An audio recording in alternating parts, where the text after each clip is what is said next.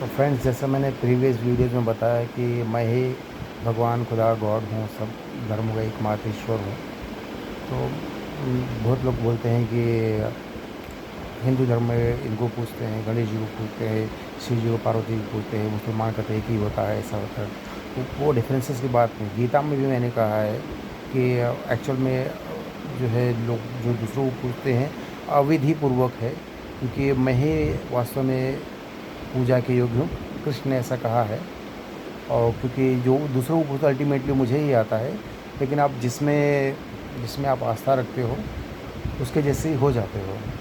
और मैं मतलब धर्म मैं प्रोग्राम हूँ इस तरीके से कि मैं गलत नहीं कर सकता। गलत करूँगा तो मैं बेचैन हो जाऊँगा, मैं रेस्टलेस हो जाऊँगा और मुझसे मुझसे सहा नहीं जाएगा। तो मैं किसी भी हालत में धर्म को नहीं छोड़ सकता। धर्म मतलब यही है कि सोने का धर्म है, सॉलिडनेस है, चमक है, वो उसको नहीं छोड़ सकता। जैसे कि पानी का धर्म है, लिक्विडिटी है, वो नहीं छोड़ सकता। ऐसे ही जो है एक मॉरल्स का, एथिक्स का एक जो हाईएस्ट स्टैंडर्ड है, मैं उससे प्रोग्राम्ड हूँ, मैं उसको नहीं छोड़ सकता। अगर वो छूट जाएगा तो सारी सारी जो ग्रह है, सारे प्लैनेट्स है, सारी धरती है, सब कोलैप्स हो जाएगा, सब भ्रष्ट हो जाएगा। तो अब मैं बता रहा था जैसे कि अब लोग अंग्रेजी, अब भारत में सब है तो अंग्रेज़ों ने क्यों भारत पे इतना राज किया। तो जो गोपियाँ थी, जो राधा जी थी, ललिता जी थी, तो वही जो है इंग्लैंड की महारानी थी, जैसे कि क्वीन विक्टोरिया, एलिजाबेथ। तो उनका लव इतना ग्रेट था, इसकी वजह से उन्होंने 200 साल राज किया दुनिया पे। जैसे जो केवट जी थे, जो डॉक्टर राजेंद्र प्रसाद बाद में बने थे, तो जो केवट जी अगले जन्म में अश्वत्थामा बनते हैं और वो अमर हो जाते हैं। उनका प्रेम इतना गहरा था कि अगले जन्म में अमर हो जाते हैं। अब जैसे कि जो जीसस क्राइस्ट, जो राजीव जी थे, वो मेरे पुत्र थे।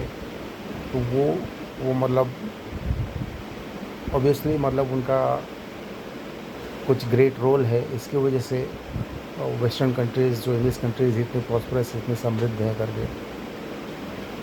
राहुल गांधी जी जो प्रॉफिट मोहम्मद थे, उनको लोगों ने इतना टारगेट किया, इतनी उनके पर लांछन लगाया, पता नहीं क्या क्या कहा। इसके लिए उनको फॉलो करने वाले अरब कंट्रीज़ जो है इतने रिच हैं, उनके पास इतने नेचुरल रिसोर्सेज हैं करके। तो हर चीज़ के पीछे एक लॉजिक है, एक रीज़न है।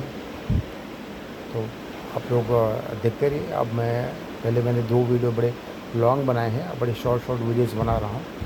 और जैसे मुझे समझ में आता है कि ये बात मैं भूल गया हूँ, मुझसे कहना रह गया है, या उसको कुछ क्लैरिफिकेशन की ज़रूरत है, या आप लोग क्वेरी करिए कि भाई ये बात और स्पष्ट करिए, इसको समझाइए कि कैसे हो सकता है। गाली गुली मत दीजिए, साफ बात करिए। मतलब एक क्या कहते हैं, एक डिसेंट तरीके से आप चर्चा करिए। मैं पूरे वर्ल्ड के जो है रिलीजियस मास्टर्स को मैं कहता हूँ मैं कि आप एक मंच बनाइए। आप सब अपनी अपनी बात रखिए, मैं भी अपनी बात रखता हूँ, ईमानदारी से रखते हैं। और जो है जो परम सत्य थे वहाँ तक पहुँचते हैं। सत्य अलग नहीं, मैंने बताया है, जैसे कि जब सतयुग, त्रेता, द्वापर, कलयुग चलता है, पैरेलली बाइबल का पीरियड भी चलता है। सब कुछ भविष्य पुराण में मेंशन भी है। भविष्य पुराण में आप गूगल करो, उसमें लिखा है कि भाई वो आदम हवा आएंगे, ब्रिटिश आएंगे, मुग़ल आएंगे, सब आएंगे। बाइबल के हिसाब से 4,500 साल पहले दुनिया शुरू हुई। और जो सनातन धर्म है, मतलब कि वो बार बार रिपीट होता है। सनातन का मतलब क्या होता है? सनातन का मतलब जो नया है, न पुराना है, यानी जो बार बार रिपीट, जो हमेशा और हमेशा रहेगा। वास्तव में सब धर्म सनातन धर्म है, क्योंकि सब बार बार 10,000 साल में सब रिपीट होता है। क्रिश्चियनिटी भी फिर आती है, और जो है इस्लाम भी फिर आता है, सारा कुछ फिर आता है। तो ये सब चीज़ें हैं। और भी जैसे मुझे जो समझ में आता है कि आप लोगों को बताएं, जब भाई सुपर नेचुरल पावर मेरे पास नहीं है।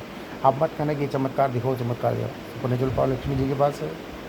जब टाइम आएगा सो सी में रिविल दैट, वो शायद उसका रहस्योद्घाटन करेंगे।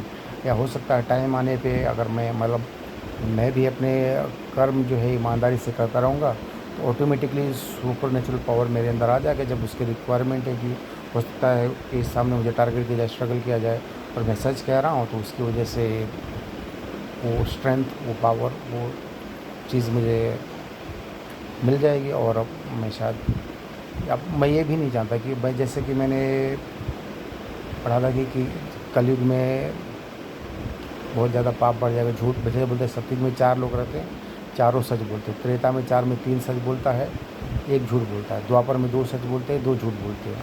कलयुग में सब झूठ, बेईमानी सब चालू हो जाती है। तो लेकिन बताया है कहीं ये भी पढ़ने में कि जब कलयुग को 5,500 साल, सॉरी वो हाँ 5,500 साल कुछ बीत जाएंगे, 5,500 साल कलयुग को बीत जाएंगे, 5,000 साल बीत जाएंगे, तो एक संगम युग आएगा और सब कुछ मतलब एकदम गोल्डन पीरियड आ जाएगा।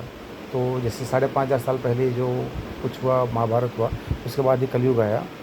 तो वो हो मतलब कि वो टाइम आ गया मेरे ख्याल से संगम युग। और एक ये भी बताते हैं कि भाई प्रलय हो जाएगा, ऐसा हो जाएगा।